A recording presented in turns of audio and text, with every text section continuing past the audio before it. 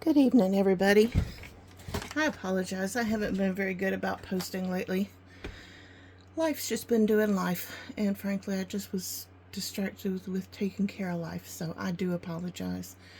Um, but I have some things that I want to share, and I'm pleased with them and excited about it.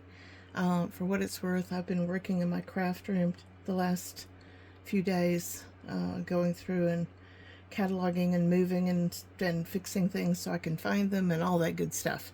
So getting myself set up, because I have some opportunities to do some crafting things where I might be able to try to sell some things to make some extra resources to help me live better. And I know that everybody understands how that goes, and I'm sure everybody understands how useful that can be in life. And so yeah, I'm trying to kind of gather my togethers together so I know what I'm doing. And I've got 1, 2, 3, 4, 5, 6, 7, 8. Okay, there's 8 books here that I have not made that I'm looking at potentially making some or all of these. These particular books have all got something in common. Instead of my making the actual, like, the outside of the book, I'm using old books that I have taken out the insides of for the purpose of making things. And I am reusing these covers as part of what I want to do. So, let me see if I'm in frame with these. Yes. I was going to show you and take you along the ride of what I want to do and how I'm going to get started and what I'm doing. So, this book is going to be really pretty. I started it, I've gotten it as far as like the outside part of the book cover done. Oh, it's upside down. Let me turn that right side up for you. Not that it really matters because it's not a directional pattern and there's nothing on it yet that would give you indication of what this was. What this is an old hymn book, and I have reinforced the spine and covered the whole internal and outside part of it with this lovely kind of green and black and gold cloth. And it's a really nice cloth. It's heavy duty, it's thick, and so that's one of them. The rest of these I haven't really covered yet. This one had a very, very dark image on it. It was like nature, but it was super dark. And so you couldn't see, it would come through anything you put on top of it almost. Unless it was something really, really dark. So what I did was I had this flannel-like material, and I cut out a piece and I glued it down on the entire face of the cover. So, and this will be covered again with whatever I actually choose to make the book out of. See, and there's the inside of it. And what I'll do is I'll take something and cover the outside and the inside, and then put whatever I want to put on the inside. So that's one little book. Here's another one. This one's really cute. It's a story called Honey Bunch, and it is from, I believe, the 1930s. It's a very old book, and some of these kind of books that are very old, I have to think about, do I want to cover that, or do I want to actually leave that very old cover where it's the cover of the book, and then have whatever inside and keep these two pieces. They're very beautiful, and it just really is a beautiful book. So I'm going to decide about that later, because right now I don't know yet. I have got 2 different Reader's Digest condensed books here that I have taken the insides out, because they make great for covering things. Like if you got maybe a piece of junk mail that you want to cover to make some journal cards or something out of it. The book pages work great for that kind of thing.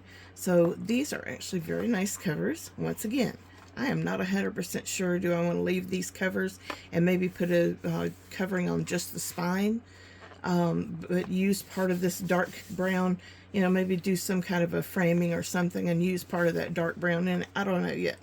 And these lovely pieces here on the inside are glued in place and not going anywhere, so I'll either have to use them or cover them. And this is just some of the stuff that you look at if you're going to use book covers to make, see how pretty this is? To make your book covers for your books. I mean, this is actually really pretty as far as like this stuff goes.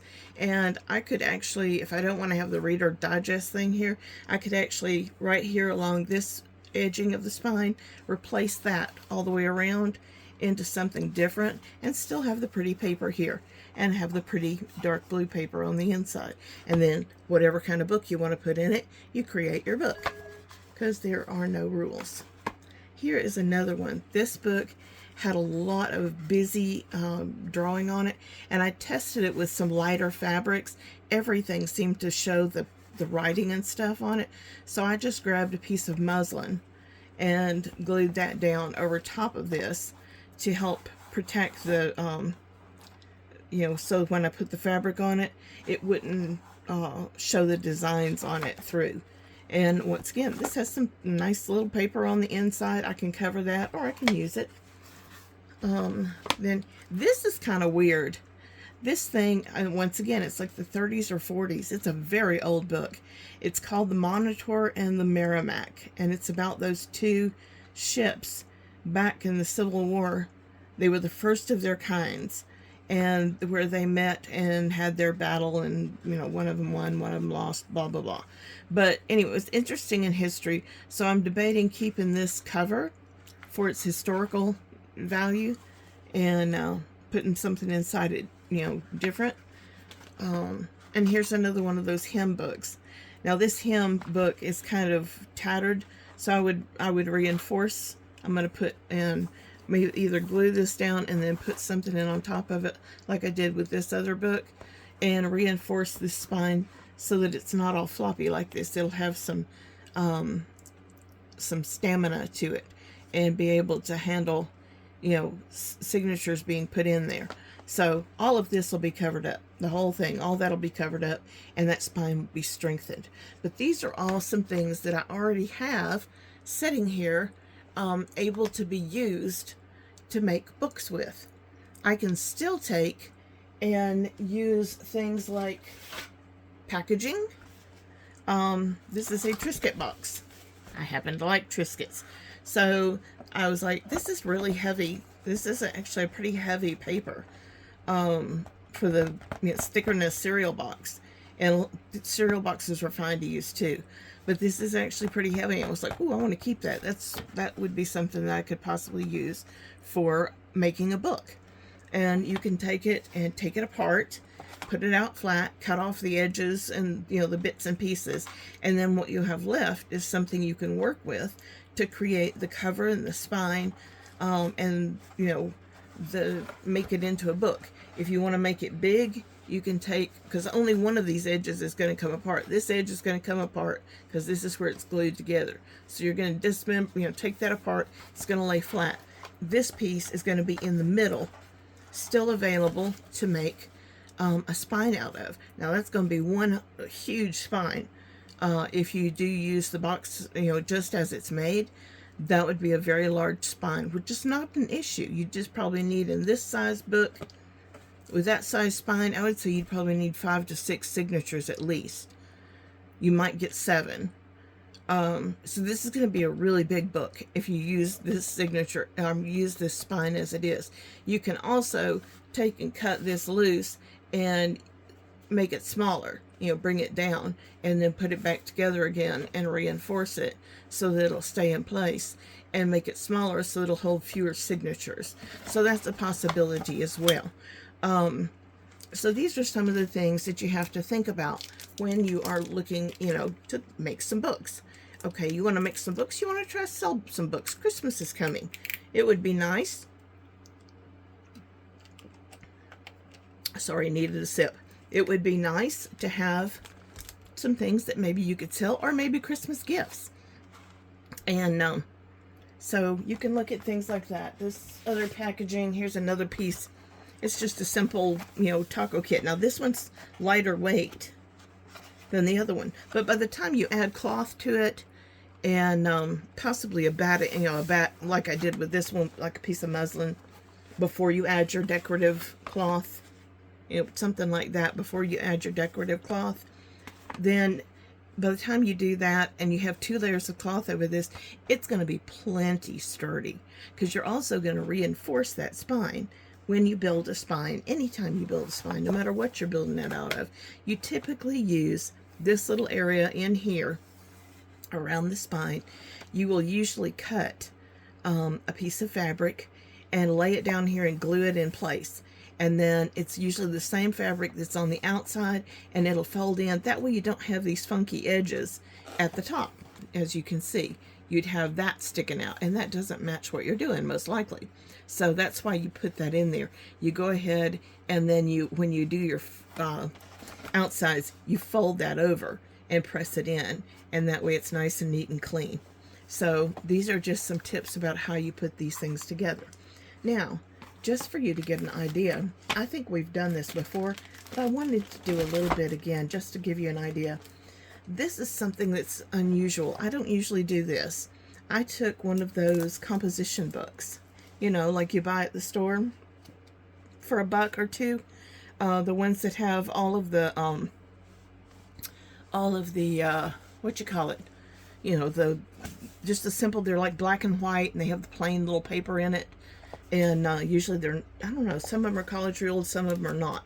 But you take this, what I did was I took this and I created a cover with this. I'm not done with this.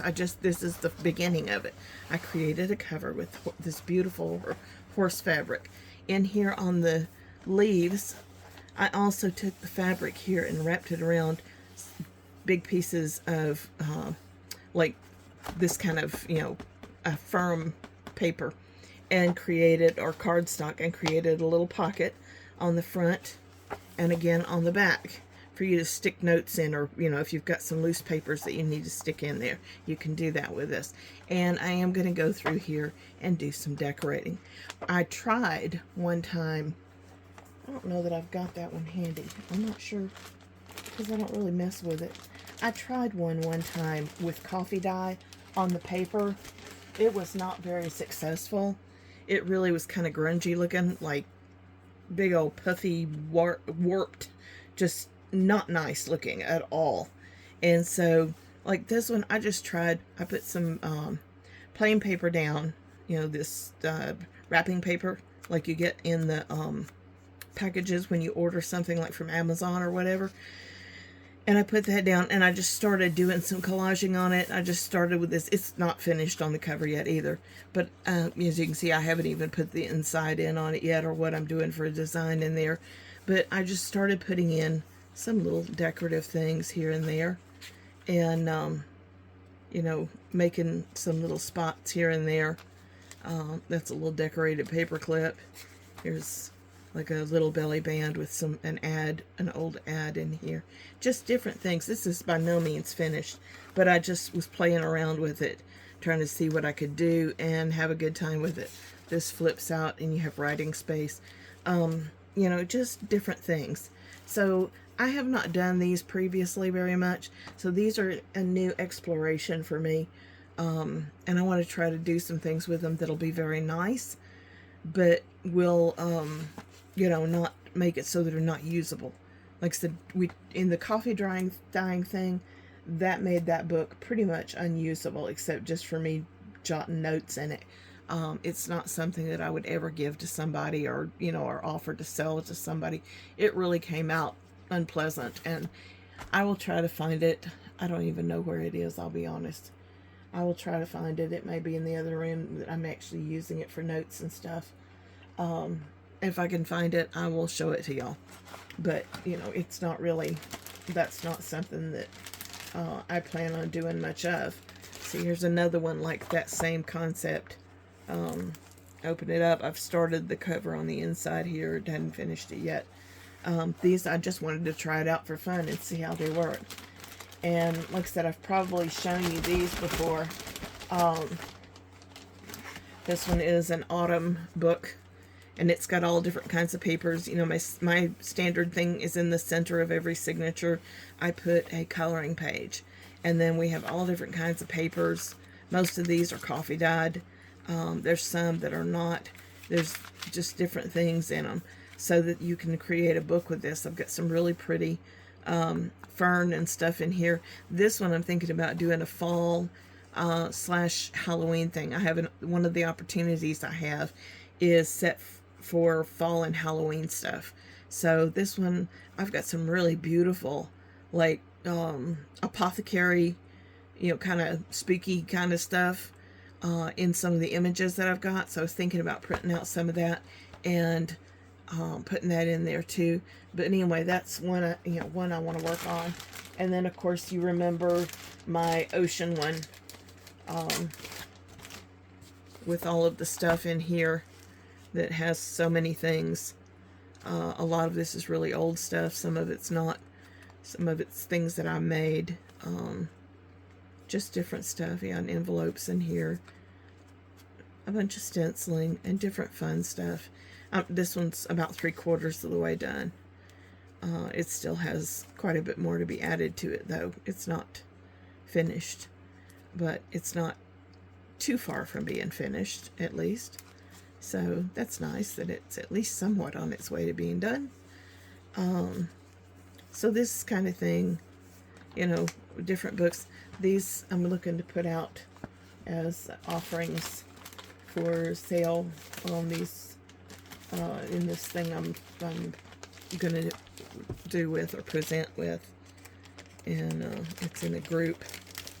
And they do periodic for members sales where they will, allow members to put things they make out for sale for fun. It's a crystal and rock business, and they have lots of beautiful things. I've been doing business with them for probably the better part of 10 years. This book also has lots of different kinds of paper. We've got, coffee dyed. We've got, once again, every signature has a art page. There's a magazine, musical notes, all different kinds of stuff in the signatures in here. And so here's Braille paper, just all different kinds of things. And so that's one of them. But I just wanted to let you know, this is kind of what I'm planning on working on for the next, few months. And I'm really excited about it. I want to do, to sit down and do a book makings sessions, several of those, where we look at all these different covers, and do cool stuff with them. Because I want to do some really cool covers. And I've got lots of books here to work with. I did a quick calculating today. I measured all these books out for their size of those covers and did some estimation on how many signatures they would need. There's 3 and 2 is 5, and 4 is 9, and 4 is 9. Okay, 13, 15 to 16. We'll say 16, 19, 23, 27. So 27 signatures for these books. And that's assuming that's the least amount. Some of them may hold little extra signatures, but at least 27 signatures. That's a lot of paper. That really is. That is a lot of paper. And I need to do, where did I stick that stuff? Here it is. You remember we did the thing where we were doing the coffee dyed paper. This is like about 24 sheets. And so yeah, when you count that out, if you use nothing but coffee dyed paper, it's going to be at least 260 pages of paper. That's a lot of paper.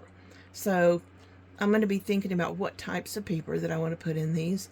I don't think I want to put just the coffee dyed paper.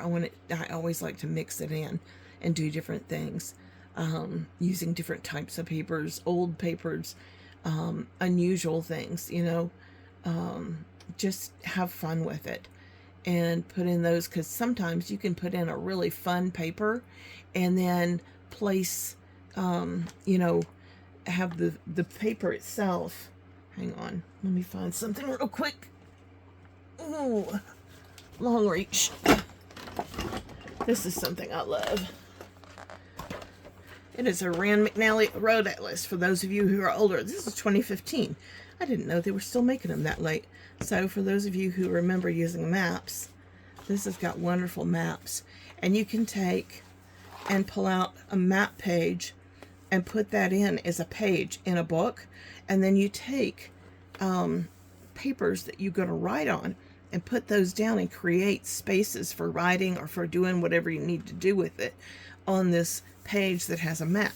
So you've got little map things sticking out all around the things that you're putting down. And it has a beautiful effect. It really does. It's amazing how pretty it is when you take that and then you come in and you have some piece of paper, you know, like a little lined piece of paper, and you cut out a chunk of it and you insert it in there, and it's like it's framed by the map page. It does come out really, really pretty, especially if you decorate it up right. It just really looks good. So there's all different kinds of things, music paper, you know, just all different kinds of things you can use for papers. So this is going to be part of what I'm doing, is sitting down. First of all, I want to make the cover. I want to see where the book is going. You know, I want to see what it says to me. And what are we going to make? Just have to see where that goes. And then once I know where it's going, then we'll start planning on what do we want to put in the signatures and stuff. But you look at it, you see the measurements. I mean, you look at this, you would probably want at least 3 signatures, potentially 4 in this book. Depends on how good it can go getting in there. I probably would not use my crocodile for this. I would probably use like an awl, if it will make a hole that you can get through. If it won't make a hole you can get through, then I guess I'll go with the crocodile. I think I showed y'all the crocodile. I'm looking all over for my crocodile. I know it's right here somewhere. I just saw it yesterday. Oh well, I must have stuck it over there behind the printer or something. But anyway, you would put your, you know, holes in, and then you do your binding like this. You do your binding and insert the signatures. You can see how much bigger this is than this one. And there's 3 in here comfortably. So I think I would definitely need 4 in here in order to make it a reasonable fullness of a book. It may turn out to be a gator mouth by the time I'm done decorating it, but I'll be honest, I enjoy gator mouths. To me, it is fun to use your ties. You know, that's the reason that these ties here are as long as they are, because you can get this book clear on out like this. You know, by the time you start adding all your stuff in here, you've got notes, you've got programs from places you went, maps, things that, you know, from where you went on vacation, things that you want to save. And by the time you stuff all that stuff in here over a period of months or even years, it gets really, really big. And for you to be able to tie that bow with all this going on, as big as it can get, you know, you need some space, because it's going to come out and you want to have space to tie your bow comfortably. And if the person who takes it says, I really don't need this, and they can clip it off, no big deal. But I want to give them the option of having that lovely big long tie, so that if they end up making this book humongous, they've got a way to keep tying it shut so that things don't fall out of it. Because otherwise, all that stuff you stick in, you run the risk of it falling out. And so it's pretty useful to have a tie on most books. Anyway, this is kind of where I'm planning on going, and I'm really excited about it. One thing I am doing, one of the first things I'm doing, in addition to making a whole lot more coffee dyed paper, that I will be doing that for weeks.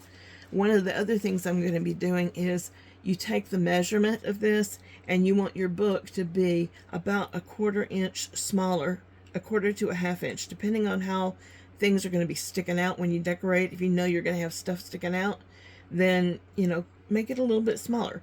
If you're going to have stuff that stays pretty much within the pages, you can make it come up right on up closer to the edge.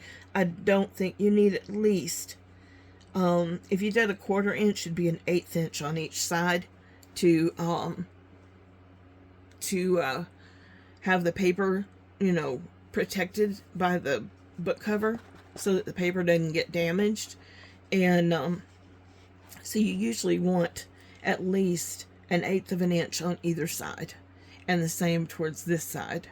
So you'll measure out your papers. One of the things I like to do is I don't trim my papers perfectly down to the width until I get them fixed up and ready for how they're going to go in the book. And then sometimes I'll even go ahead and, put them in the book, and then trim them down to where I want them to be. Measure them out and trim them down a little bit, even after the book is, physically made with the papers. Other times, I trim them down and trust that. The reason I don't do it sometimes is because when you start filling in all these things, sometimes it can make the paper large, go out further or wider or whatever as you're going along. And that's why I like to, kind of get it ready for getting it ready to decorate. Trim it all down so everything's the same, and then go on and decorate your pages, because sometimes you'll decorate the pages to the very edge of your pages. And if you're going to do a lot of that, you may want to leave a little bit. You might want to leave a 1/4 inch in here instead of 1/8, because if you've got ruffles and things like that are going to be coming out, you might want to leave a little bit more room for that so that it's not too far out. Anyway, these are just things that you look at and you think about, what am I going to do with this?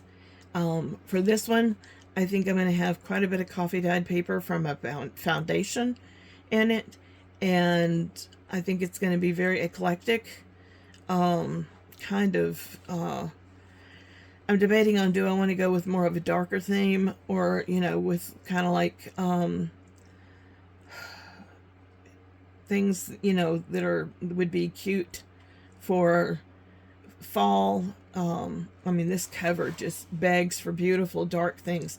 Wood scenes, woodland, like forests and forest animals, people. Heck, we may get over might get over into some elves. I've got some cute people. I saw this on Etsy today. It is cute as a button.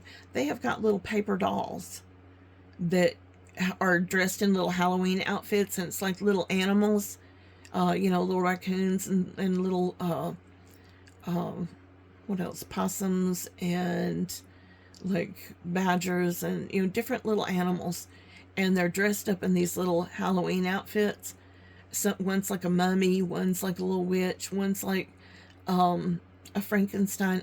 They are utterly adorable. So putting some tucking some things like that, cut them out really, like fussy cut them out, so that you've got the actual little paper doll looking thing in there, and put like 2 or 3 of them in a pocket, so that if you're sitting in a doctor's office and you got a little kid sitting with you that you got to entertain, you've got a small kid, maybe you've got a toddler or a little older than a toddler, probably a little older than a toddler, but you can pull out these little paper dolls and they can sit and play with the paper dolls while you're sitting in the doctor's office waiting room. These are very, very practical and intended to be fun. And so, like I said, I'm just kind of toying around with some beautiful, darker, maybe even some steampunk, kind of pretty, but grungy at the same time stuff in this book.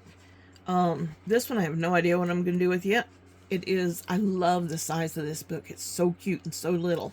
I want it to be something special. This also, as wide as that thing is, it'll be at least 3 signatures, possibly 4, depending on how big the signatures are. This is actually a really big spine for such a small book. So little things like that, you look at it and you're going to have, just let the creativity start flowing. Look around you, see what you have. Do you have stationery? Do you have, old books or old, children's books that your kids have outgrown that are not, super special to them? Because my daughter, I had like 2 or 3 books that were super special, that were things that she got read to her all through her childhood that she really loved. So I never took any images out of those, but some of the other books that she had that were just not that big a deal, those, I don't feel bad about taking some of those images and giving them a new life. So it's going to be a really fun thing. Next week what I will do, or later this week, whenever I get it done, because it depends on how fast I am at getting all the rest of this done. What I will do is get things together to start making these covers, figuring out fabrics. I've got a good bit of fabric, and Rebecca, God, that woman has got, y'all would not believe how much fabric she has. It's absolutely amazing. She has got fabric on, I would say, 2 walls of her craft room are predominantly fabric containers full of fabric. Like those, she's got those 3 rows and makes a, you put cubbies in them, or the little cloth, kind of like you shove the little drawer in there with it, a basket or whatever. She's got, I think 1 or 2, I know she's got 1, maybe 2 of those. I think there's 2 of them that she's got that are completely full of, you open the basket and like there's a bunch of them that have what do you call them, fat quarters, and there's like dozens of fat quarters in one of those things. They are packed full. She has got an amazing array of fabric, and she was telling me, you need to bring these covers over, we'll sit down and look at them, because she said we've got so many different things to choose from in fabric. She said, I know we can do it, plus it'll help me get rid of some fabric. And I was like, thank you so much, I will take you up on that. So anyway, this is going to be a lot of fun. Think about if you want to do something like this for the fall for yourself, or maybe if you've got, somebody that really loves, the autumn is their favorite season. I know for me, autumn is definitely my favorite season. I absolutely adore autumn. It's just, I love the crisp fall days, or nights rather, and, where you just have to put a little bit of a sweater or a light jacket on. The fires, I love to sit outside and do a little mini fire and enjoy that. Sometimes I'll even get a bag of marshmallows and roast me some marshmallows on it. But it's really fun. And I want y'all to have fun with us. And I'll be with Becky sometime in the next week or so to get that part 3, the last part of the Jelly Roll Rugs video made. I'm going to try to get that done maybe this week and get it up next week for next Mayday Monday, so we can get that finished, because I don't want to have too many things in between there and make you have to wait forever to have the finishing product of how to do it. She's got everything in order. Life's been going on for both of us. We both had a bunch of doctor's appointments, all that kind of junk that you just have to budget your time around, and other things. So yeah, it's okay. We do what we do. And so yeah, this is, oh, here's something else. Let me show you. 1 second. Let me reach over here and grab this. I just saw it up here. Don't pull up the paper. Oh, never mind. This is not what I thought it was. My apology. I have got a bag here.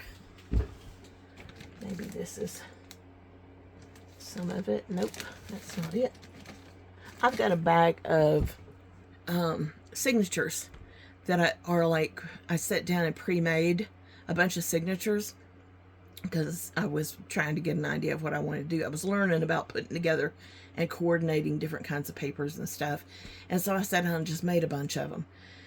And so I've got those. I think they're in that drawer up there. Anyway, I've got those, and I'm going to use some of those interspersed throughout these things as well. So it's going to be a lot of fun. And I look forward to having you come with us. And thank you so much for not giving up on me for missing some posting there. And I appreciate y'all so very, very, very much.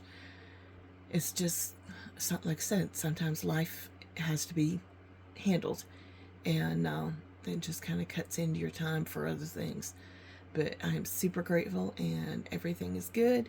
So have a wonderful Mayday Monday, and I hope that you will look at it and realize that no matter what you've got going on, even if you can't do anything, you can think about it. If you think of something and you'd like to see a book made with it, feel free to comment about that so that I can look at it and we can maybe figure out a way to make a book like that. and see how it comes out. It'll be a lot of fun. So, love you guys very much. Y'all have a great week. Bye-bye.